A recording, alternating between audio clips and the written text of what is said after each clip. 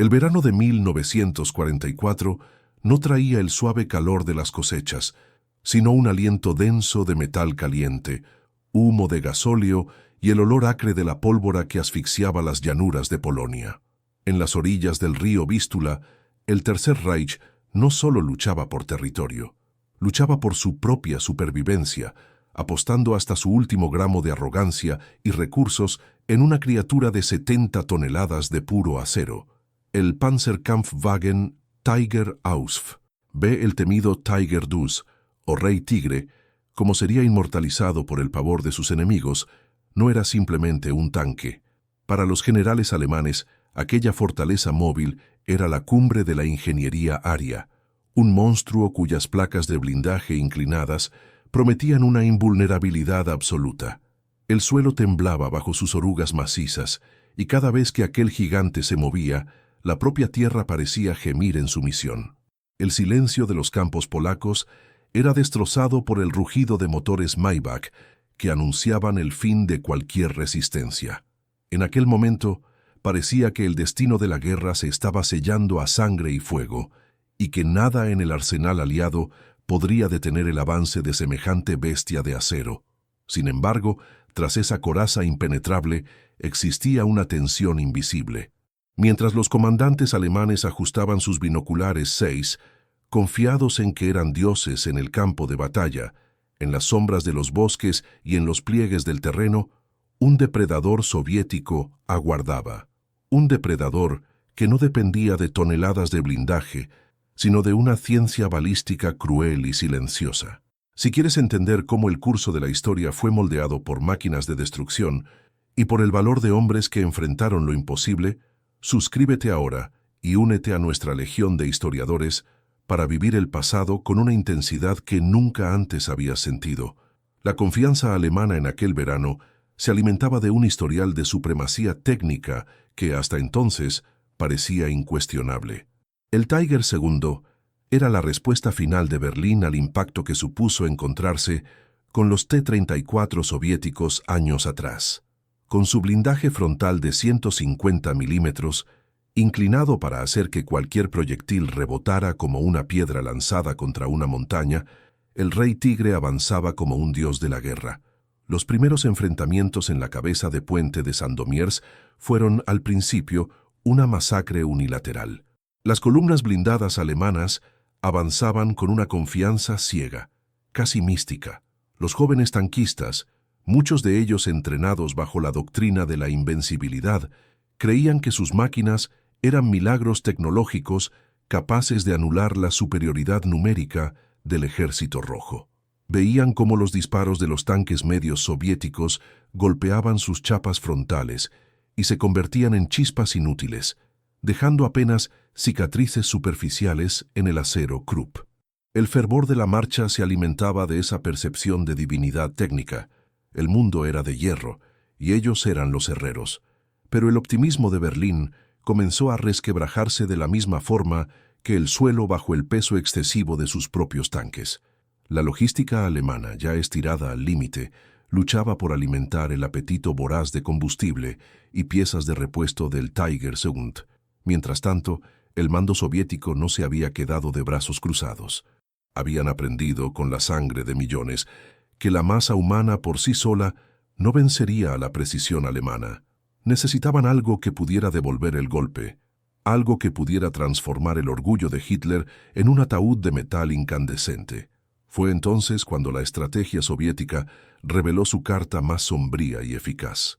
No intentaron construir un tanque aún más pesado, lo que habría sido una pesadilla logística en el lodo polaco. En su lugar, se adaptaron. Miraron hacia el mar y hacia el cielo en busca de una solución. La solución surgió en forma de una pieza de artillería que parecía fuera de lugar en el campo de batalla terrestre, el BS-3 de 100 milímetros. Originalmente concebido como un cañón naval y adaptado para la defensa antiaérea pesada, el BS-3 era una lanza de largo alcance. No tenía la imponente presencia visual de un Tiger II, pero poseía una característica que la física no perdona, una velocidad de salida hipersónica. Mientras los alemanes confiaban en el espesor de su acero, los soviéticos empezaron a confiar en la energía cinética pura. El lodo polaco, que antes era solo una molestia para la infantería, se transformó en un monstruo hambriento que atrapaba a los pesados tanques alemanes, limitando su movilidad y exponiendo sus flancos. El horizonte, antes dominado por la silueta de los gigantes alemanes, comenzó a brillar con el destello de una nueva amenaza que los comandantes del Reich aún no comprendían del todo. Imagina el interior de un Tiger II en pleno combate. El espacio es angosto, el calor es sofocante, y el olor a gasóleo se mezcla con el sudor de 5 hombres que operan esa compleja máquina. El sonido del motor es un rugido constante que vibra en los huesos. El comandante, aislado en su torreta, observa el mundo a través de ranuras de visión y periscopios, sintiéndose el amo de todo lo que ve. De repente, el sonido del mundo exterior cambia. Ya no son los impactos sordos de cañones de pequeño calibre. Lo que empiezan a escuchar es un chasquido seco, un latigazo de metal cortando el aire a casi 1000 metros por segundo. Es el sonido del BS-3. Para los soviéticos, operar el cañón de 100 milímetros era como realizar una cirugía de precisión a distancia.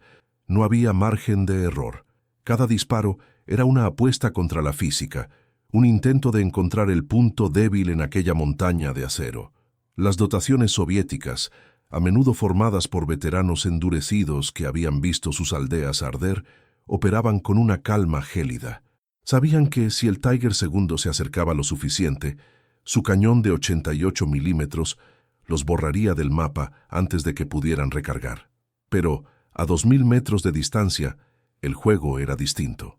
A esa distancia, el Rey Tigre era un blanco grande y lento, y lo más importante, su blindaje lateral no compartía la misma invulnerabilidad que su frontal. El campo de batalla se convirtió en un laboratorio de horror cinético, donde el estruendo ensordecedor de las explosiones no era solo ruido, sino el lenguaje de una destrucción inminente. El olor a pólvora quemada en el aire fresco de la mañana polaca era el preludio de un encuentro que cambiaría para siempre la percepción de la guerra acorazada. La tensión psicológica era insoportable para ambos bandos. Los tanquistas alemanes, sudorosos y claustrofóbicos, empezaron a notar que los proyectiles enemigos llegaban más cerca y con más fuerza. Ya no eran simples rebotes, eran impactos que hacían vibrar las inmensas placas de acero de una forma que amenazaba con romper las soldaduras. Al otro lado, los artilleros soviéticos luchaban contra el retroceso violento de sus piezas de 100 milímetros que levantaban nubes de polvo y tierra con cada disparo, revelando su posición. Era un duelo de nervios donde la muerte podía venir desde 1,5 kilómetros de distancia, invisible e instantánea. Ciudades que antes eran hogares tranquilos se convirtieron en cementerios vivientes, donde el eco de los disparos de largo alcance era la única oración escuchada. El avance inicial alemán, que parecía imparable, empezó a estancarse no por falta de valor, sino por un fallo fundamental en la creencia de la tecnología absoluta. El Tiger II, con todo su peso y poder, estaba siendo cazado por un arma que no lograba ver con claridad. El aislamiento empezó a corroer la columna vertebral de la élite blindada alemana. Estaban acostumbrados a dictar las reglas del combate, pero ahora estaban atrapados en sectores donde la movilidad era un mito y el lodo era una sentencia de muerte. Cada metro avanzado hacia el Vístula se pagaba con la integridad de sus máquinas y la cordura de sus hombres. El bloqueo de suministros, agravado por la actividad guerrillera y el creciente dominio aéreo soviético, hizo que el combustible fuera más preciado que la propia vida. Los informes de que los nuevos tanques pesados estaban siendo perforados a distancia empezaron a circular entre las tropas, transformando la confianza en una paranoia silenciosa. El colapso moral era visible en los ojos de los prisioneros alemanes capturados en aquellas primeras semanas. Había una expresión de absoluta incredulidad. Se les había prometido un arma milagrosa, una herramienta de victoria definitiva que los protegería de cualquier mal. Ver esa promesa convertida en un ataúd de acero en llamas, destruido por un cañón que consideraban obsoleto o inferior, era un golpe del que muchos no se recuperaban. La resistencia rusa no era solo física, era una muralla de desesperación e ingenio técnico que estaba a punto de chocar de frente con el mito de la invencibilidad alemana. El escenario estaba listo para el clímax en Sandomierz, donde la teoría balística se encontraría con la práctica brutal y donde el acero Krupp sería probado hasta su punto de ruptura final bajo el impacto implacable del proyectil de 100 milímetros. El avance que antes parecía una sinfonía de poder absoluto, ahora empezaba a desafinar bajo el peso abrumador de la realidad física.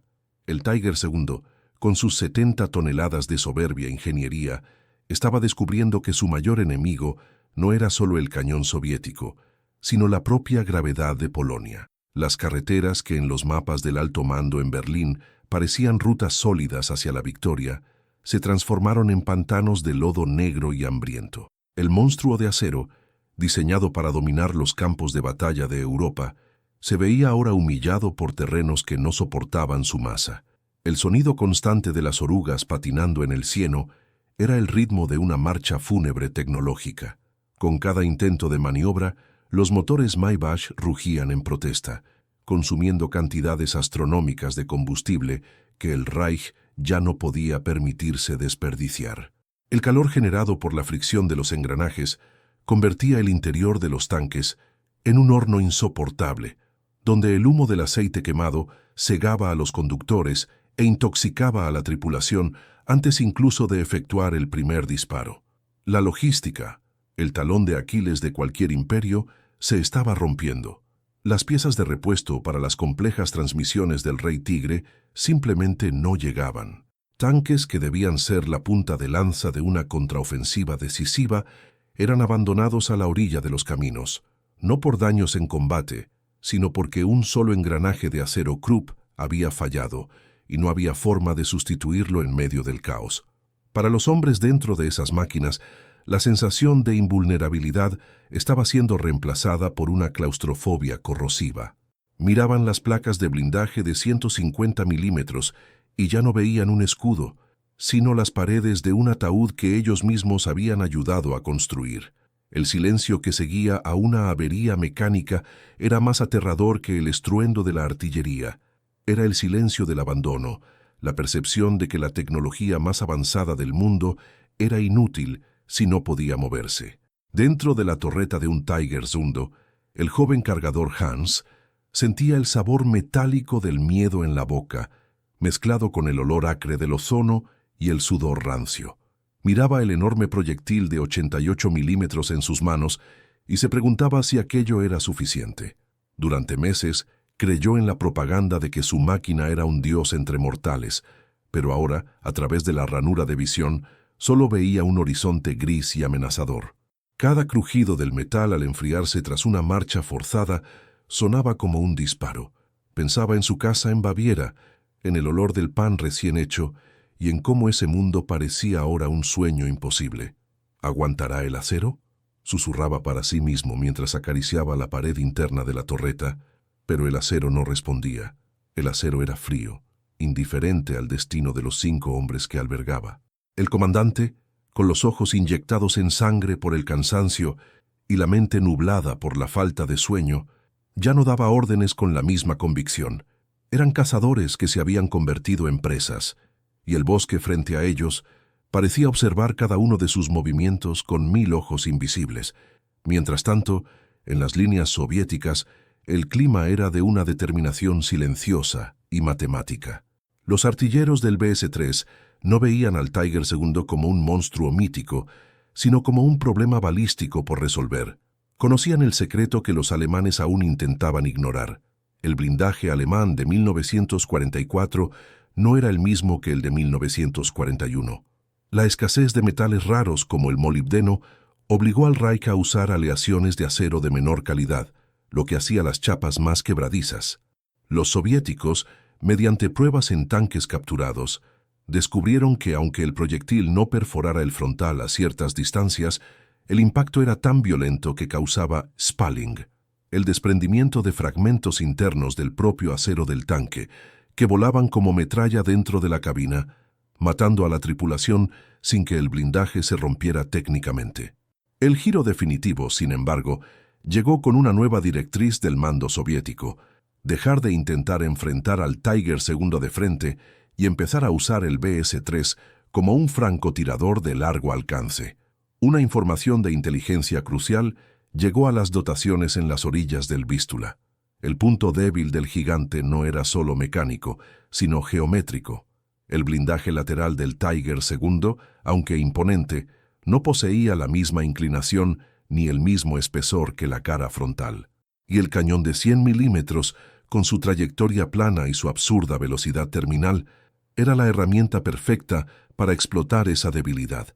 Los soviéticos empezaron a posicionar sus piezas de artillería en ángulos oblicuos, escondidas en huertos y ruinas de aldeas, esperando el momento en que los tanques alemanes, forzados a rodear los pantanos de lodo, expusieran sus flancos vulnerables. El evento que lo cambió todo ocurrió en una mañana de niebla baja. Una columna de Tiger Dunes avanzaba con cautela, intentando encontrar terreno firme para romper las líneas rusas. Los tanquistas alemanes confiaban en su alcance visual, creyendo que podrían detectar y destruir cualquier amenaza antes de que fuera peligrosa. Lo que no sabían era que, a 2000 metros de distancia, enterrado hasta el eje y cubierto por redes de camuflaje y ramas de pino, un BS-3 tenía su mira óptica apuntada exactamente a la unión de la torreta con el chasis de uno de los gigantes. El artillero soviético, un hombre que había perdido a toda su familia en Stalingrado, no sentía odio, solo una concentración absoluta. No estaba disparando contra un tanque, estaba disparando contra la propia arrogancia alemana. Cuando se dio la orden de fuego, no hubo el estruendo lento de un obús común. Fue un trueno instantáneo. El proyectil de 100 milímetros recorrió la distancia en poco más de 2 segundos. Dentro del Tiger II no hubo aviso previo. El comandante alemán, que segundos antes ajustaba sus auriculares, vio el mundo explotar en una cascata de chispas blancas y fragmentos de acero. El impacto a 2000 metros no solo golpeó al tanque, transfirió una energía cinética tan masiva que la estructura de 70 toneladas se tambaleó como un juguete. El blindaje lateral, alcanzado en un ángulo casi perpendicular, no ofreció la resistencia esperada. El acero Krupp, privado de sus elementos de aleación vitales, se comportó como vidrio templado bajo el golpe de un martillo. El choque fue tan intenso que las soldaduras de la torreta se rajaron. La tripulación, aturdida por un sonido que parecía haber salido de dentro de sus propios cráneos, intentó reaccionar, pero el Tiger II era demasiado lento para girar su torreta hacia un enemigo que ni siquiera lograban localizar visualmente. Otro disparo del BS-3 siguió al primero con precisión mecánica. Esta vez, el proyectil encontró el depósito de munición lateral. La explosión resultante no fue solo el fin de un tanque, fue el fin de un mito. Una columna de fuego de 30 metros de altura se elevó en los cielos de Polonia, lanzando la torreta de 20 toneladas a metros de distancia. El invulnerable Rey Tigre había quedado reducido a una carcasa humeante y retorcida. Para los otros tanquistas alemanes de la columna, el horror fue paralizante. Estaban siendo alcanzados por algo que no podían ver, desde una distancia donde sus propios cañones tenían dificultades para lograr precisión contra blancos camuflados. El campo de batalla, que esperaban dominar con fuerza bruta, se había convertido en un laberinto mortal donde la muerte era invisible y venía de lejos. La percepción de que sus flancos eran tan frágiles como el papel ante el cañón de 100 milímetros se propagó como un virus por las radios. La confianza se transformó en desesperación. Lo que antes era una marcha de conquista era ahora una lucha desesperada por no ser el próximo blanco del martillo de Stalin. El BS-3 no era solo un arma de destrucción, era un arma de desmoralización, demostrando que en el ajedrez de la guerra, la precisión y la física siempre superarían al espesor del acero y al peso de la arrogancia. La lluvia que empezó a caer sobre las llanuras de Sandomierz no trajo alivio, sino el sello final de una trampa geográfica. Lo que antes era una llanura de maniobra se convirtió en un océano de viscosidad negra. Para el Tiger II, el lodo polaco no era solo un obstáculo, era un adversario tan letal como cualquier cañón. Las 70 toneladas de acero Krupp, que debían proyectar poder, ahora solo proyectaban desesperación. El peso excesivo hacía que las orugas, aun siendo anchas, se hundieran hasta el límite del chasis, atrapando a los gigantes en una inmovilidad humillante. Los motores Maybach HL230, operando ya al límite absoluto de su resistencia térmica, empezaron a toser humo negro y aceite hirviendo. La transmisión, una obra maestra de la complejidad, no estaba hecha para la fuerza bruta necesaria para arrancar 70 toneladas de un lodazal que parecía tener manos. El sonido del metal retorciéndose y de los engranajes moliéndose entre sí dentro del casco era el sonido de la muerte mecánica. Tanques que costaron fortunas y miles de horas de mano de obra esclava eran ahora hitos inmóviles en el paisaje, blancos fijos para una artillería que no conocía la palabra misericordia. La situación empeoraba cada hora. El aislamiento de las tripulaciones alemanas se volvió absoluto. La radio, antes una herramienta de coordinación táctica, ahora solo traía gritos de socorro de otras unidades, siendo sistemáticamente desmanteladas, o el silencio estático de quienes ya habían sido silenciados para siempre. El combustible, la sangre de estas bestias de acero se estaba agotando. Sin gasóleo, el Tiger II no era más que una fortaleza de hierro fría e inútil. Soldados alemanes, la élite de las divisiones blindadas, se veían forzados a abandonar sus máquinas impecables, destruyéndolas con cargas explosivas internas para evitar que cayeran en manos enemigas. Ver cómo el propio orgullo era implosionado por necesidad era un trauma que corroía el alma de aquellos hombres más rápido que cualquier herida física. La superioridad tecnológica, la promesa de Hitler de que la ingeniería vencería a la horda, estaba siendo enterrada bajo capas de lodo e incompetencia logística. Dentro de uno de estos monstruos inmovilizados, el comandante Kurt se limpiaba el sudor frío que le caía tras sus gafas de protección. Sentía el olor del miedo emanando de sus 4 compañeros. El cargador, un chico de 18 años que apenas había tenido tiempo de afeitarse antes de ser enviado al frente, temblaba visiblemente mientras intentaba sostener un proyectil de 88 milímetros con manos firmes. Kurt pensaba en lo que significaba ser un héroe en ese nuevo tipo de guerra. No había gloria en ser un blanco estático. Estamos protegidos, se decía a sí mismo en un mantra silencioso.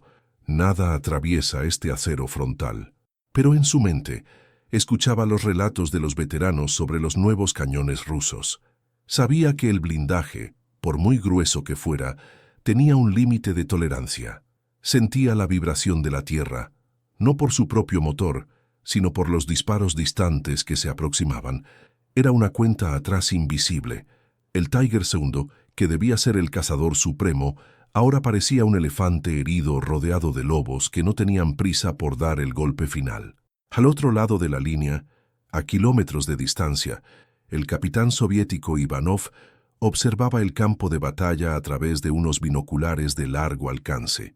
Para él, el Tiger II no era una maravilla de la ingeniería, era una anomalía que debía ser corregida por la física. Veía el gigantismo alemán como una debilidad psicológica, una señal de una nación que prefería el mito a la realidad práctica. Ivanov y sus hombres operaban el BS-3 de 100 milímetros con una eficiencia casi religiosa. Habían pasado días calculando trayectorias, estudiando la densidad del aire y la resistencia del viento. Sabían que el punto de inflexión de la guerra no se decidiría en una carga de caballería blindada, sino en un cálculo balístico preciso hecho a 2000 metros de distancia. El BS-3 era el martelo de Stalin, un arma que no pedía permiso para destruir. Simplemente imponía su voluntad sobre la materia. Profundizando en la psique soviética, existía un sentimiento de justicia poética. Muchos de aquellos artilleros eran hombres que habían retrocedido desde la frontera en 1941, viendo a sus familias ser masacradas por la Blitzkrieg. Ahora tenían en sus manos la herramienta definitiva de retribución. No sentían el peso del cañón como una carga, sino como una extensión de su propia voluntad de supervivencia. Cada vez que limpiaban el ánima del BS-3, sentían que estaban limpiando la propia tierra rusa de la mancha del invasor. El odio era el combustible que los mantenía operando bajo la lluvia helada, sin comida caliente y bajo la amenaza constante de ataques aéreos. eran los cirujanos de la muerte, y el Tiger II era el tumor que necesitaban extirpar. El giro definitivo en la batalla de Sandomierz no vino de un gran avance de la infantería, sino de una revelación táctica que cambió la forma en que el mando soviético veía al Tiger II.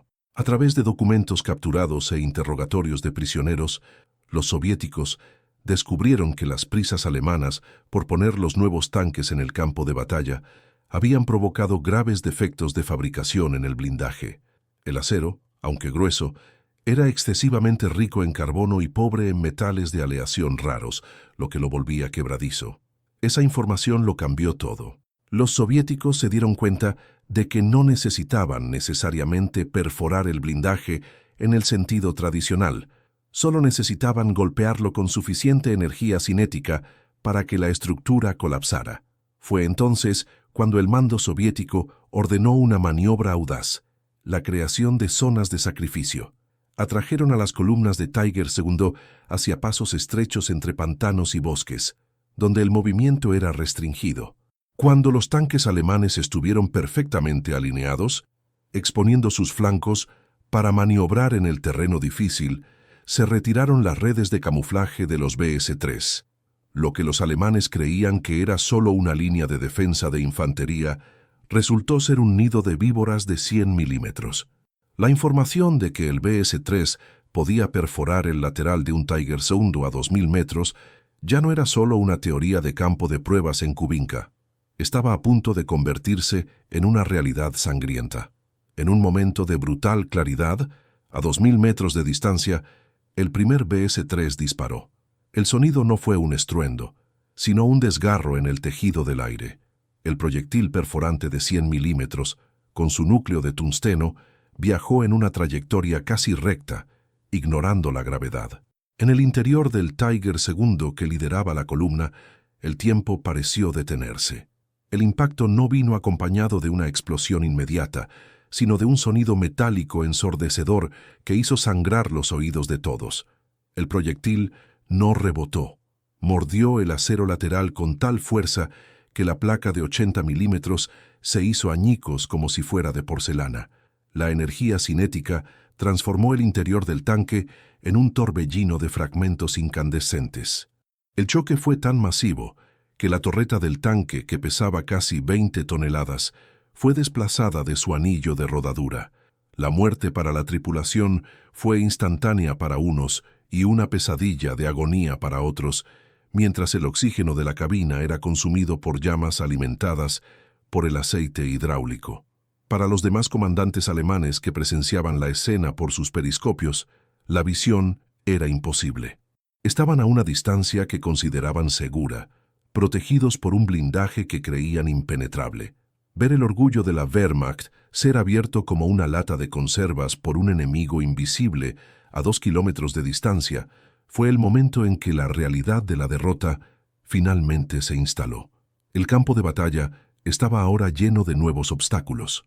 Las carcasas humeantes de los propios tanques alemanes que bloqueaban el paso a los que venían detrás, creando un embotellamiento de muerte. La trampa de Sandomierz estaba cerrada. Los soviéticos no se detuvieron tras el primer disparo. Iniciaron un baile macabro de fuego coordinado, donde cada batería de BS-3 tenía un objetivo asignado.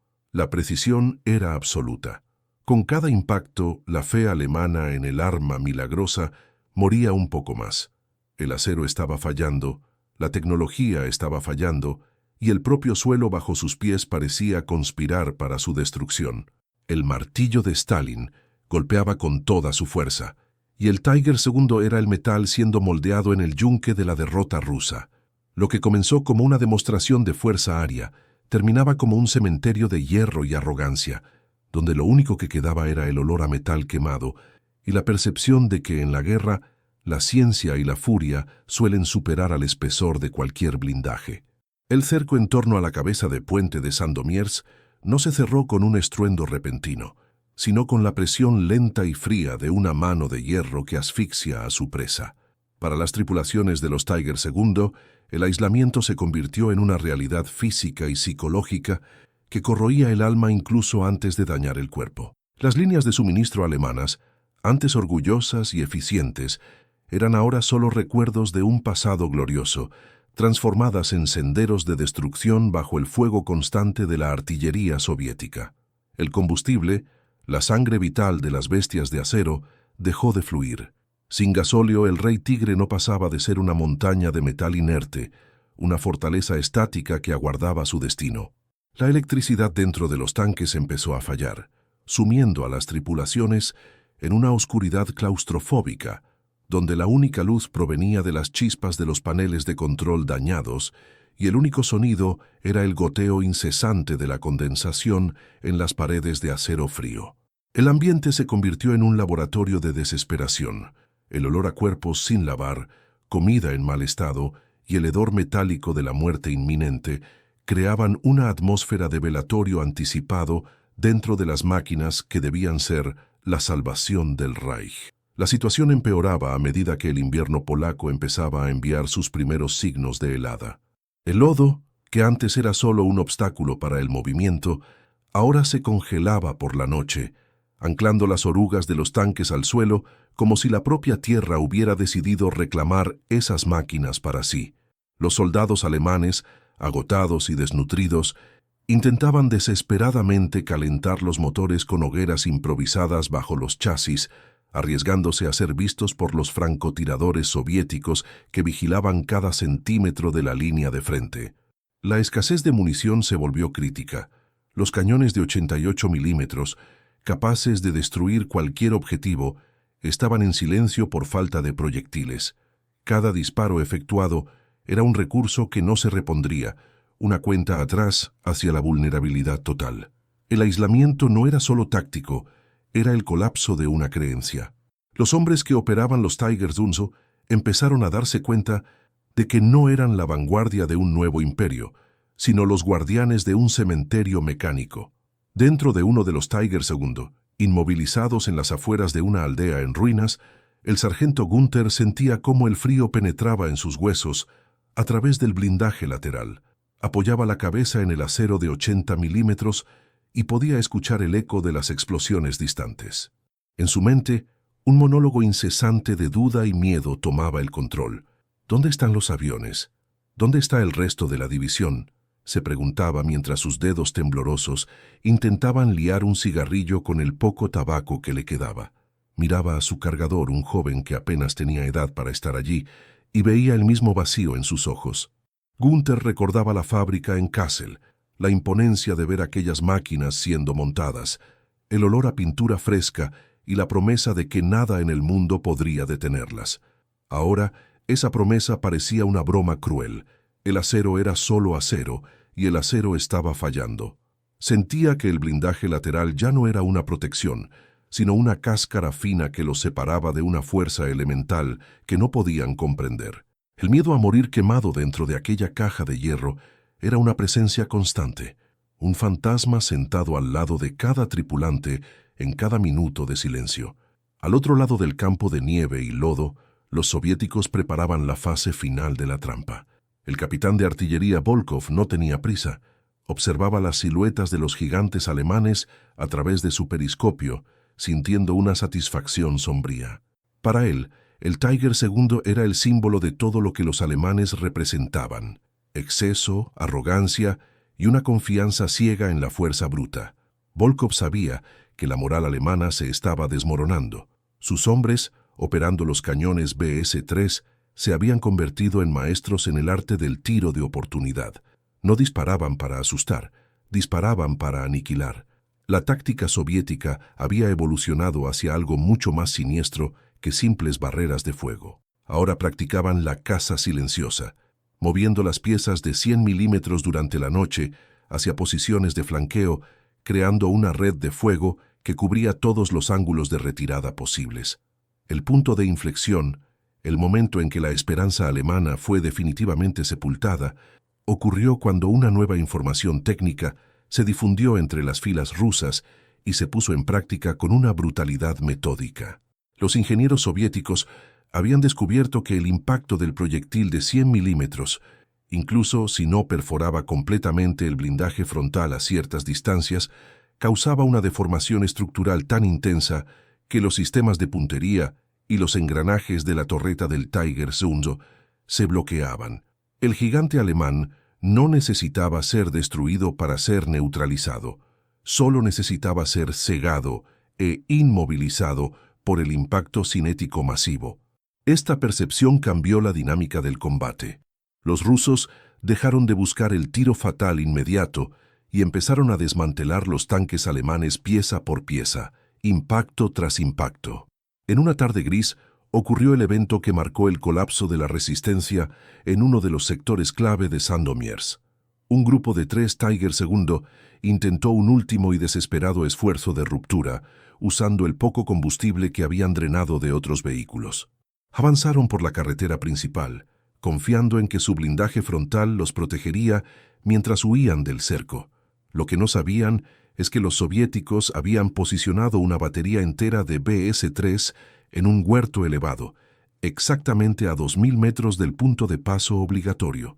Cuando el primer Tiger II entró en la zona de muerte, el mundo a su alrededor se transformó en un infierno cinético. No fue solo un disparo, fueron 6, casi simultáneos. Los proyectiles de 100 milímetros no rebotaron. El primero golpeó el lateral de la torreta, arrancando la radio y matando instantáneamente al comandante. El segundo y el tercero impactaron en el chasis lateral, entre las ruedas de rodadura, desgarrando el acero quebradizo y detonando los tanques de combustible auxiliares. El gigante no tuvo oportunidad de devolver el fuego. La velocidad con la que ocurrió la destrucción fue tan abrumadora que los otros 2 tanques de la columna se detuvieron con sus comandantes paralizados por el horror de ver a la bestia invulnerable ser destrozada en segundos. La información de que a 2000 metros de distancia eran vulnerables se convirtió en una realidad visceral y sangrienta. Los tanquistas alemanes empezaron a abandonar sus máquinas aún operativas, huyendo a pie por la nieve, prefiriendo enfrentar el frío y a la infantería rusa antes que ser incinerados dentro de sus ataúdes de acero. El colapso moral fue absoluto. La visión de sus máquinas de guerra más avanzadas, reducidas a chatarra humeante por cañones que apenas lograban ver, destruyó el último vestigio de disciplina. El cerco de Sandomierz ya no era una batalla, era una ejecución técnica. El BS-3 de 100 milímetros demostró ser el juez y verdugo de la ambición alemana. Mientras la noche caía sobre Polonia, el brillo de las carcasas de Tiger II en llamas iluminaba el camino para el avance soviético. El martillo de Stalin no solo había roto el acero de Krupp, había roto el espíritu de la élite blindada alemana, demostrando que ninguna ingeniería, por avanzada que fuera, podía resistir la combinación de una ciencia balística correcta, determinación y la furia de un pueblo que ya no aceptaba la sumisión. La tierra polaca, ahora cubierta por una capa de nieve manchada de aceite y sangre, guardaba el secreto de la caída de los gigantes, un recordatorio silencioso de que la tecnología sin alma es solo un preludio de la destrucción.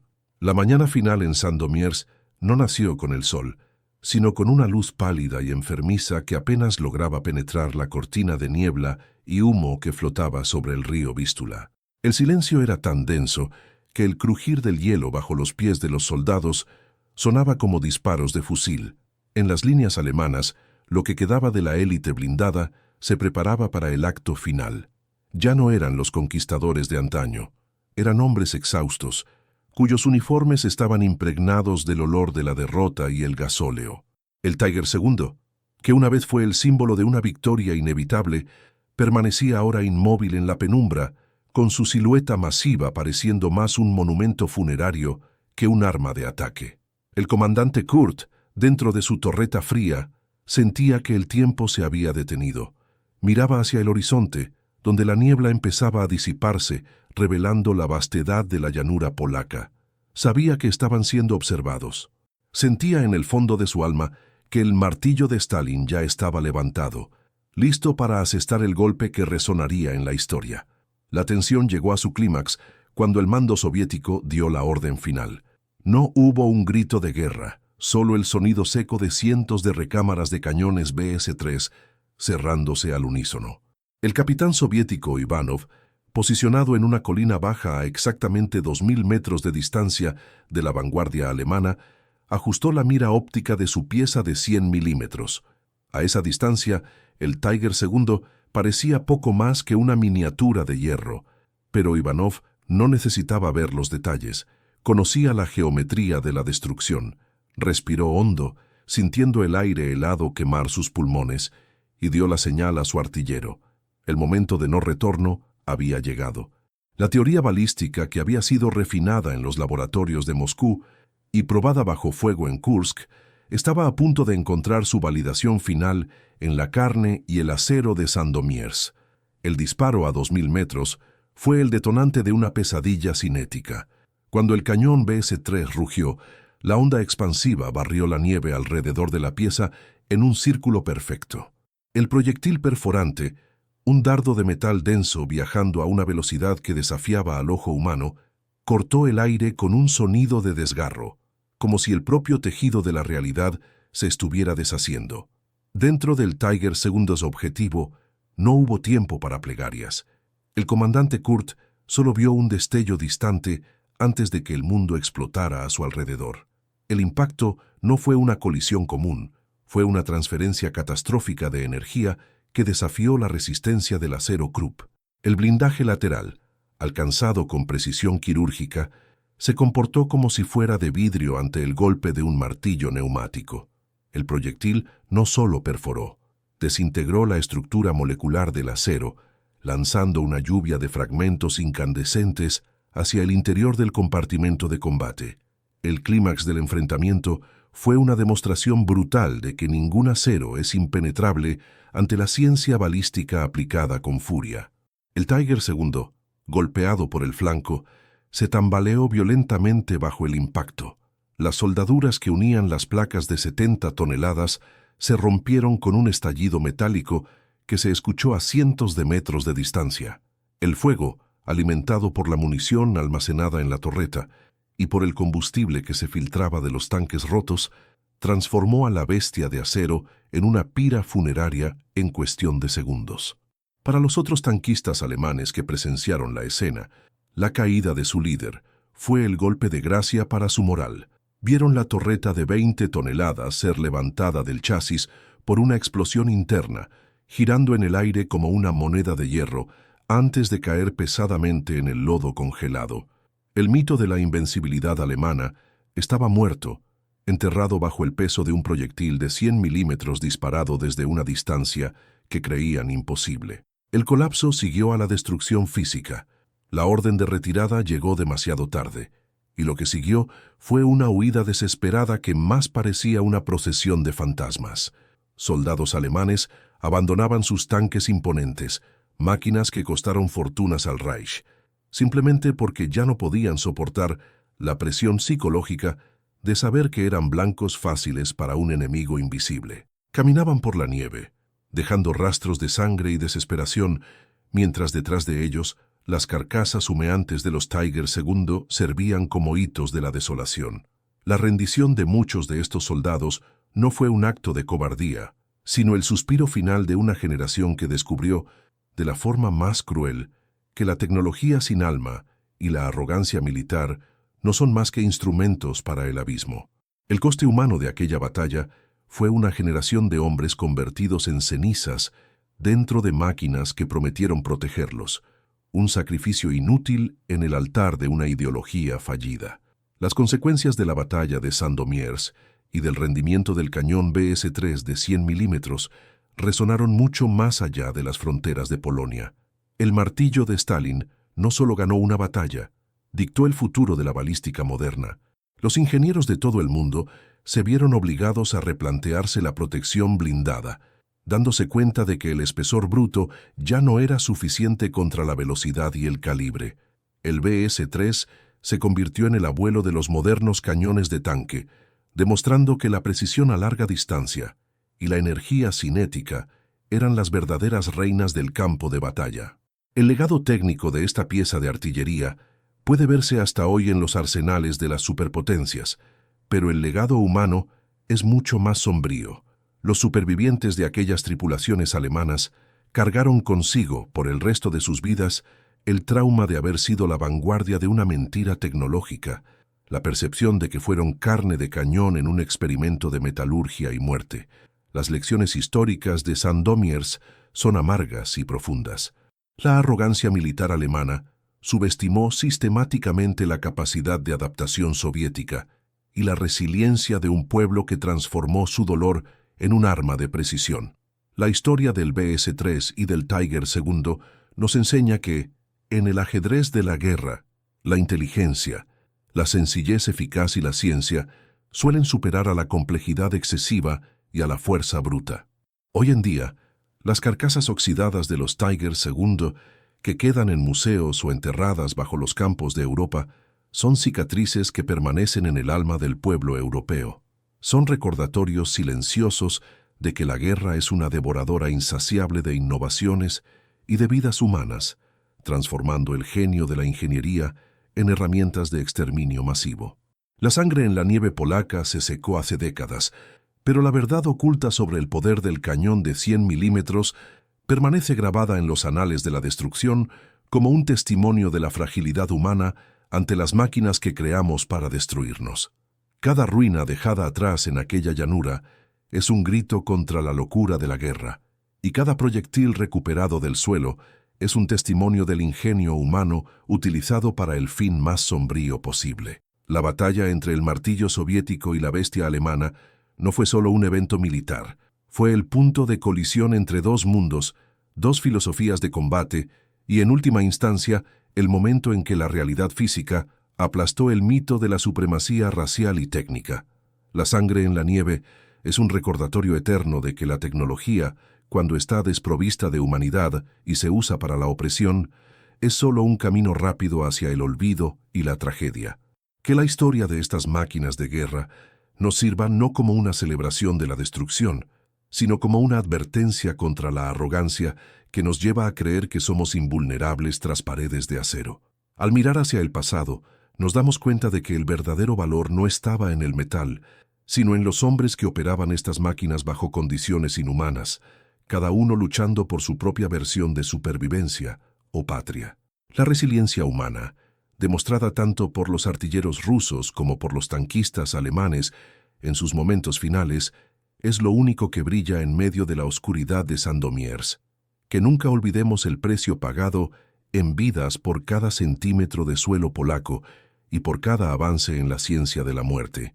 La historia es una maestra severa, y las lecciones de 1944 aún resuenan en los campos donde el hierro se encontró con el fuego. Dale a me gusta si sentiste la intensidad de esta batalla histórica.